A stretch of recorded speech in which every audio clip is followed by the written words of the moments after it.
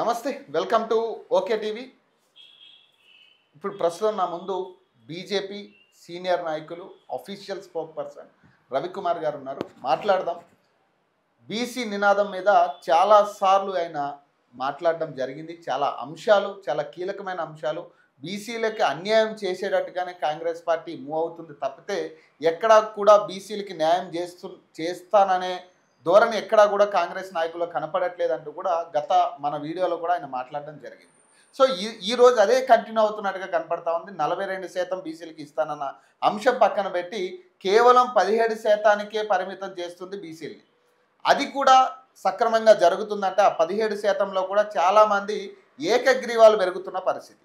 So ఇక్కడ చాలామంది manifesto రూపంలో కోట్లాది రూపాయలు ఖర్చు పెట్టడానికి సిద్ధమవుతా ఉన్నారు. అది కూడా సర్పంచ్ అభ్యర్థి కోసం. సో సర్పంచ్ జీతం వచ్చేసరికి 10,000, అభ్యర్థి మేనిఫెస్టో వచ్చేసరికి 50 లక్షల నుంచి ₹1,00,00,000 మేనిఫెస్టోలు రిలీజ్ చేస్తూ ఉన్నారు.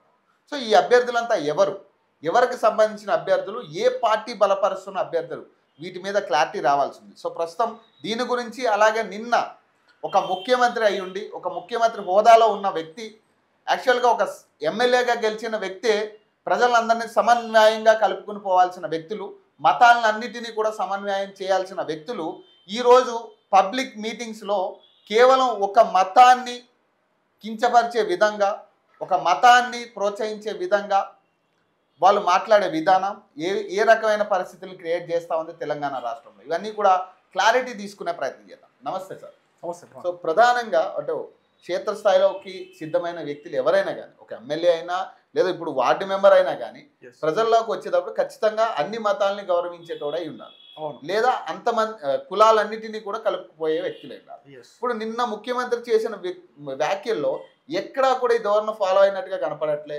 మరి మీరేం చెప్తారు? ఒక బీజేపీ నాయకులుగా మీరేం చెప్పదలుచు, బీజేపీ నాయకుల కంటే ఒక హిందువుగా ఏం చెప్తారు? నేను ఒక హిందువుగా ఈ యొక్క రాష్ట్ర ముఖ్యమంత్రి యనుమల రేవంత్ రెడ్డి ఆయన కడుపుకు అన్నం తింటున్నాడా, గడ్డి తింటున్నాడా, అది నాలుక లేకపోతే తాటి మట్ట అని చెప్పేసి నేను ప్రశ్నిస్తున్నా. ఎందుకు తెలుసా ప్రవణ్? ఇదే ఎలక్షన్ టైంలో ఇదే హిందూ దేవుళ్ళు అవసరం పడ్డారు కదా. ఇదే గద్వాల అమ్మవారి దగ్గర నుంచి భద్రాద్రి రాముని వరకు కనిపించిన ప్రతి ఒక్క దేవుని పైన ప్రమాణం చేసి ఆయన ఎన్నికల హామీలు ఇచ్చిండుగా లేదా? అప్పుడేమో ఓట్ల అవసరం ఉన్నప్పుడేమో దేవుళ్ళ పైన ప్రమాణాలు చేసిండు. ఇప్పుడు ఓట్ల అవసరం తీరిపోయిన తర్వాత ఇప్పుడు పరిహాసాలు చేస్తున్నాడు, అపహాస్యం చేస్తున్నాడు. ఎందుకంత అపహాస్యం చేస్తున్నాడు? దాంట్లో ఏమన్నా నిజం ఉన్నదా అంటే అట్లా నిజం కూడా లేదు. ఇద్దరు భార్యలు ఉన్న వాళ్ళకేమో ఒక దేవుడు అన్నాడు. ఇప్పుడు నాకు చెప్పు, తెలంగాణలో కాదు భారతదేశం మొత్తం మీద, ప్రపంచం మొత్తం మీద హిందువులకు ఇద్దరు భార్యలు ఉంటారా? తీసుకుపోయి లోపలేస్తారు. అది అఫీషియల్ కూడా కాదు. ఎవరుకుంటారు? ఇద్దరు భార్యలు, ముగ్గురు భార్యలు, నలుగురు భార్యలు ఎవరుకుంటారు? వాళ్ళ గురించి మాట్లాడాడు. వాళ్ళ గురించి మాట్లాడితే మళ్ళీ వెనక నుంచి పగులుతుంది కదా. వాళ్ళ గురించి మాట్లాడాడు. ఒకటి, మేకలు కోసుకొని తింటారని చెప్పేసి అంటాడు. సరే, మేము మేకలు కోసుకొని తింటాం. హిందువులందరూ కూడా దేవతగా పూజించే గోమాతను కోసుకొని తినే వాళ్ళు ఉన్నారు కదా. మరి వాళ్ళ గురించి మాట్లాడవా? వాళ్ళ గురించి మాట్లాడితే నీ పీఠాలు కదులుతాయి. ప్లస్ నీ దోస్తు కూడా ఫ్రెండ్లీ పార్టీ, దోస్త్ పార్టీ కదా. మరి అందుకే అంటున్నా, రేవంత్ రెడ్డిని అందుకే అంటున్నా, కడుపుకు అన్నం తింటున్నావా, గడ్డి తింటున్నావా? మనిషివా ఇంకేమైనావా? నీది నాలుకనా, తాటి మట్టనా? ఉరికేనే అంటేనే హిందూ సమాజం అంటుంది, ఆ ఆక్రోశంతో అంటుంది, మా దేవుళ్ళు అంటే నీకు అంత చులకనా? వేరే వాళ్ళ దేవుళ్ళనేమో కాంగ్రెస్ పార్టీ అంటేనే ముస్లిమ్స్ కాంగ్రెస్ పార్టీకి ఇజ్జత్ అని చెప్పేసి మాట్లాడు. మేము కాదా? మా ఓట్లు వేసుకొని గెలవలేదా నువ్వు? మా ఓట్లప్పుడు మరి మా దేవుళ్ళు బాగానే వచ్చిరా నీకు? ఇప్పుడు ఏమైంది? ఇప్పుడు నీకు అంతా తాగుబోతులు లెక్క ఇద్దరిద్దరు పిల్లలు తీసుకుని దేవుళ్ళకి కనిపిస్తున్నారా? చెప్పు తీసుకొని కొడతారు. అట్లనే మళ్ళీ మాట్లాడతారు. రేవంత్ రెడ్డి చెప్తున్నాం, మేము సమస్య లేదు, తగ్గేది లేదు. మా ఆత్మగౌరవం దెబ్బతింటే ఎక్కడికైనా పోతాం. మా ఆత్మగౌరవం దెబ్బతింటే ఎవరైనా ఎక్కడి దాకైనా పోయి వాడిని ఏదైనా చేయడానికి. నేను మళ్ళీ చెప్తున్నా, ఇంతకుముందు ఇదే మన తెలుగు రాష్ట్రాలు ఉన్నటువంటి ముఖ్యమంత్రులు, ఒక ముఖ్యమంత్రి హిందూగాళ్ళు బొందుగాళ్ళు అన్నాడు, పోయి ఫామ్ హౌస్లో కూర్చున్నాడు. ఇంకో ముఖ్యమంత్రి 7 కొండలు కాదు 2 కొండలు అన్నాడు, పోయి 7 గుట్టలలో కూర్చున్నాడో మీకు తెలుసు. ఒక ముఖ్యమంత్రి కొడుకు జై శ్రీరామ్ అంటే కడుపు నిండుతుంది అన్నాడు, పోయి ఇప్పుడు 7 కూర్చున్నాడో చూడండి మీరు. నేను అందుకే చెప్తున్నా, ముఖ్యమంత్రి రేవంత్ రెడ్డి కావచ్చు, ఇంకో రెడ్డి కావచ్చు, ఇంకెవడైనా కావచ్చు, హిందూ దేవుళ్ళతోని పెట్టుకున్నవాడు ఎవడు కూడా బతికి బట్టగట్టలే.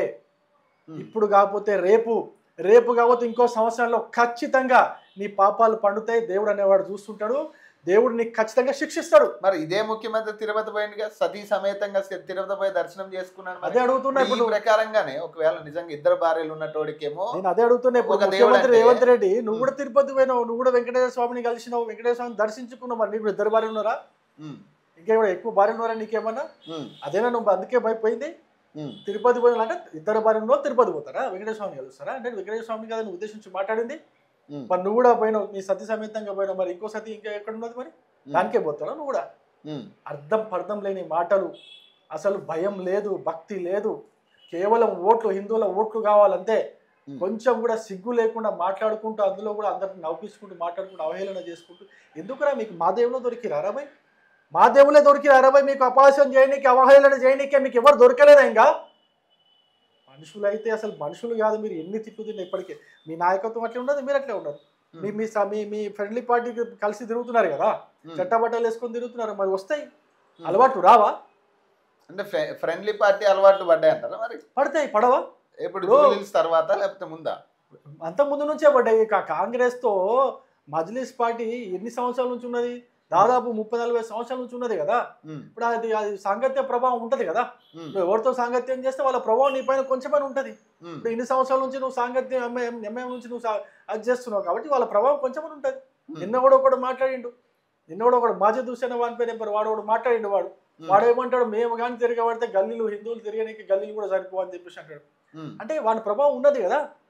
అంటే మొత్తానికి మీ హిందువులే ఇక్కడ అంత హిందువులు మొత్తం అంత మాడగాలైనట్టు, వాళ్ళకు పౌరుషం రోషం ఏం లేనట్టు, వాళ్ళని తిట్టినా కూడా ఏం బీకలేరు వీళ్ళు అన్నట్టు అట్లా మాట్లాడుతున్నారు. చూపిస్తాం, ఏంది కథ చూపిస్తాం.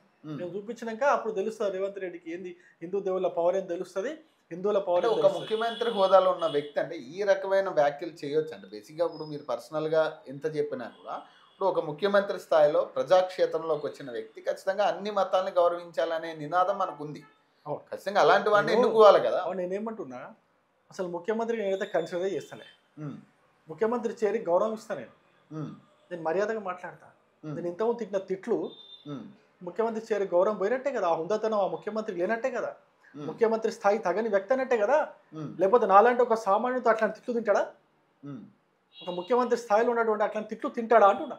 అటువంటి పరిస్థితి ముఖ్యమంత్రి తెచ్చుకున్నాడు, రేవంత్ రెడ్డి తెచ్చుకున్నాడు. ఇప్పుడు అందరూ చప్పట్లు కొట్టారు కదా మొత్తం. సిగ్గుండాల వాళ్ళకి, అక్కడ ఊసినోళ్ళకి అందరూ సిగ్గుండాలా, రోషం పౌరుషం ఉండాలా. అది మన జాతిని అట్లా మాట్లాడుతుంటే కొంచెమన్నా రోషం పౌరుషం రగలాల కదా. నవ్వుతున్నారు ఇంకా సిగ్గు లేకుండా. వేరే వాళ్ళతో మాట్లాడతాడా, వేరే దేవుళ్ళ గురించి అట్లా మాట్లాడతాడా రేవంత్ రెడ్డి? దమ్మున్నదా అట్లా మాట్లాడు? మీరు అట్లా ఎగలబడి నవ్వుతారా? అట్లా నవ్వకూడదు.